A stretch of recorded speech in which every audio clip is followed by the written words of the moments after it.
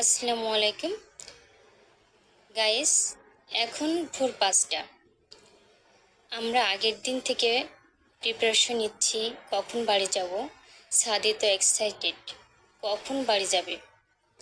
এখন 5টা বাজে, আমরা সব কিছু গোছগাছ করে বসে আছি গাড়ির অপেক্ষায়, কখন গাড়ি আসবে। সাদি তো কাঠগুলো নিয়ে, হাতে কিছু কাঠ, সেই কাঠগুলো নিয়ে নাড়াচাড়া করতেছে। আমি ওরে বারবার বলতেছি কাঠগুলোতে তুমি কি করবা, বলে সবাইকে দিব। যাই হোক, ও বাড়িতে যাওয়ার জন্য খুব পাগল। ইতিমধ্যে গাড়িটি চলে আসছে, আমরা এখন নিচে যাব। নিচে এসে দেখি গাড়ি রেডি। ড্রাইভার এখন মালপত্র উঠাচ্ছে। সবার এক একটা করে মালপত্র হলেও অনেক কিছু হয়ে গেছে আর কি।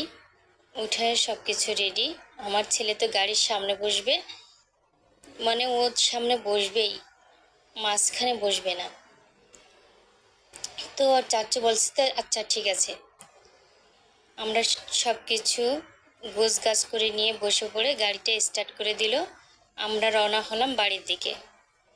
এই তো রোডে অনেক গাড়ি এবং প্রচুর ভিড় ছিল, কারণ ঈদের সময় তো সবাই বাড়িতে আসতেছে। রাস্তার সকালের পরিবেশটাও অনেকটা যানজট ছিল, ততটা মানে ইজি ছিল না। তো আমি কিছু ভিডিও করতে করতে করতে করতে যাচ্ছি। সামনে একটি গরুর গাড়িটি দেখে আমার ছেলে খুশিতে মানে অবাক, খুশিতে আত্মহারা হয়ে গেছে। এখানেও গরুর গাড়ি। ও সামনে বসে যানজটের ইগুলো দেখতেছে। আমরা ইতিমধ্যে চলে আসছি পদ্মা সেতুর, ও কি জানি বলে, টোলে মানে টাকা দিতেছে। পদ্মা সেতুতে আমরা উঠবো, এই জন্য। তা আমি যানজটগুলো দেখতেছি, ওরেও দেখাচ্ছি যে দেখো কত যানজট। আমরা কত ভোরবেলা বেরোইছি, তারপরেও যানজটে ভরা।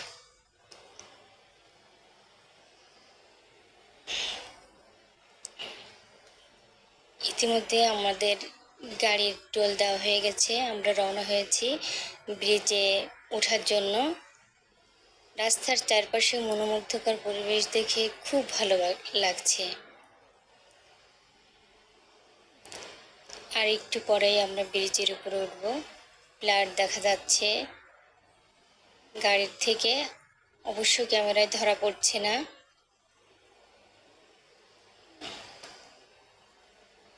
আমরা রাস্তায় সব কিছু দেখতে দেখতে আসছি। এই তো পিলারগুলো দেখা যাচ্ছে, অনেক সৌন্দর্য আর কি, দেখার মতো কিছু সিনারি। তো আমি ভাবলাম আপনাদের সাথে শেয়ার করি। আমি পুরো ব্রিজটাই মানে ক্যামেরায় বন্দি করে নিয়ে আসছি। শুধু আমি দেখবো কেন, আপনারাও দেখেন।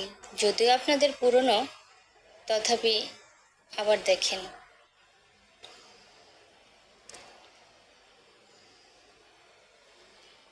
আমি বর্ষার সিনারিটা উঠানোর জন্য অনেক চেষ্টা করছি, কিন্তু আমার ক্যামেরায় অতটা ওঠেনি। আর বর্ষার পানিগুলো থই থই করার সিনারিটা আমার অনেক ভালো লাগে। আমরা ব্রিজের উপর উঠে আমার ছেলেটা অনেক গান শোনার জন্য বায়না করছিল। আস্তে আস্তে কিছু গান শোনানো হলো ওরে, এবং আমি ভিডিওটা করতেই আছি যে সবগুলো সিনারি, সবগুলো পিলারের ছবি আমার ক্যামেরায় বন্দি হোক। আমার ইচ্ছা ছিল অনেক দিনের যে ব্রিজের সিনারিটা আমি কবে আমার ক্যামেরায় বন্দি করে আনবো। যদি আপনাদের কাছে পুরনো, কিন্তু আমি এই ফার্স্ট মানে ক্যামেরায় বন্দি করছি পুরো ব্রিজের সিনারিটা।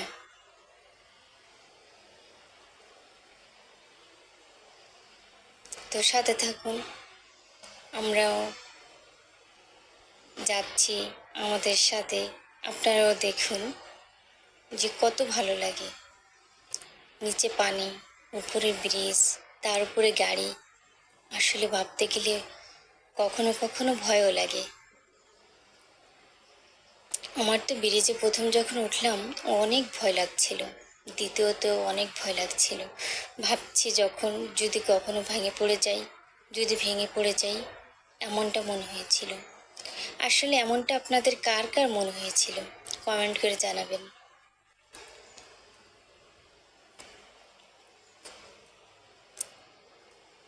চারিপাশের সৌন্দর্য আমার কাছে ভালো লাগছিল, এবং আরও ভালো লাগতো যদি পানির সিনারিটা আপনাদের পুরোপুরি দেখাতে পারতাম।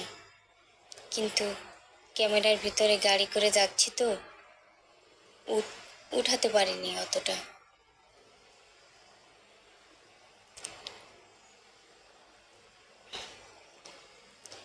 বন্ধুরা, আপনাদের কার কার মানে ব্রিজের উপরে উঠতে ভয় পান, বা উঠলে পড়ে যাব এমনটি হয়, অবশ্যই কিন্তু জানাবেন। আমার কিন্তু এমনটি হয়। আমি তো প্রথম ব্রিজে উঠে চোখ বুজেছিলাম গাড়িটা কখন যাবে, আর ভয়ে বুকটা ধড়পড় করছিল।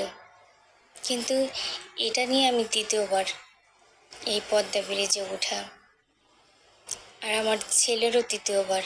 আমার ছেলে ভয় পায় না, ছাদে অনেক সাহসী। আপনারা আমার ছাদের জন্য দোয়া করবেন যেন আরও অনেক সাহসী হয়। তা আপনার সাথে থাকুন, আমার সাথে থাকুন। আপনারা দেখেন, ব্রিজ দেখেন, আমিও দেখতেছি, আপনারাও দেখেন। পদ্মার থই থই পানি যদি থাকতো হয়তো বা সিনারিটা আরও ভালো লাগতো, কিন্তু নেই। হয়তো বা আর এরকম থই থই পানি আর কখনোই হবে না। অনেক ঢেউ আর অনেক পানি, হয়তো বা আর কখনোই হবে না।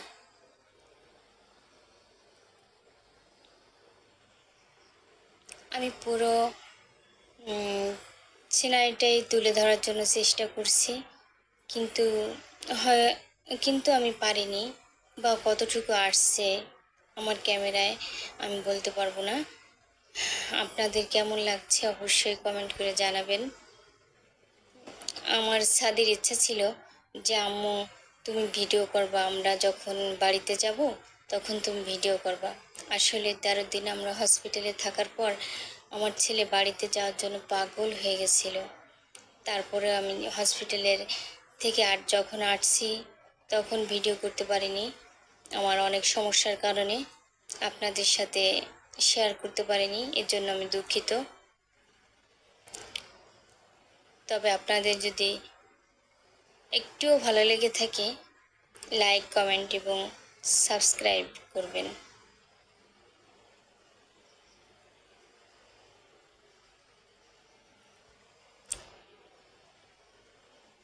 বন্ধুরা, আর মনে হয় আমাদের 2 মিনিটের মতো আছে পদ্মাটা পাড়ি দেওয়ার, পদ্মা ব্রিজ পাড়ি দেওয়ার আর 2 মিনিট আছে।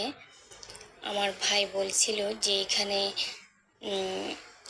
শিক্ষা ব্যবস্থাও অনেক ভালো করছে, সাইডে একটা ক্যাডেট স্কুল করছে, সেখানে তার মেয়েকে ভর্তি করার উদ্দেশ্যে কথা বলছিল। তো আমিও বলছিলাম হ্যাঁ, এখানে শিক্ষাগত অবস্থা খুব ভালো করছে,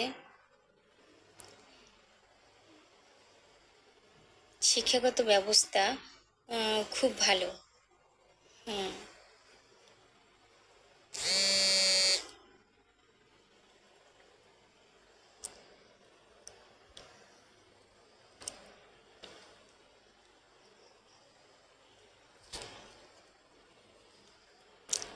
এই তো বন্ধুরা, আমরা চলে আসছি প্রায় আমাদের পদ্মা সেতুর একদম শেষ প্রান্তে, প্রায় চলে আসছি।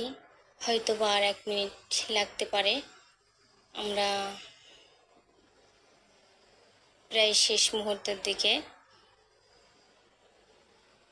আমার হয়তো বা অনেকটা সময় লেগেছে আপনাদের সাথে কথা বলতে আমি বা করতে মিট করতে।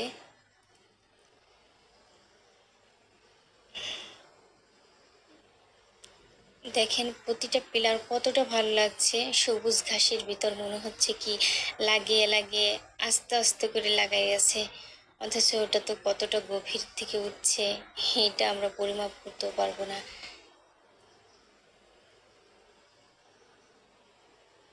তো হয়তো বা আমার ইতিমধ্যে আমরা শেষ করলাম, শেষ হয়ে গেছে।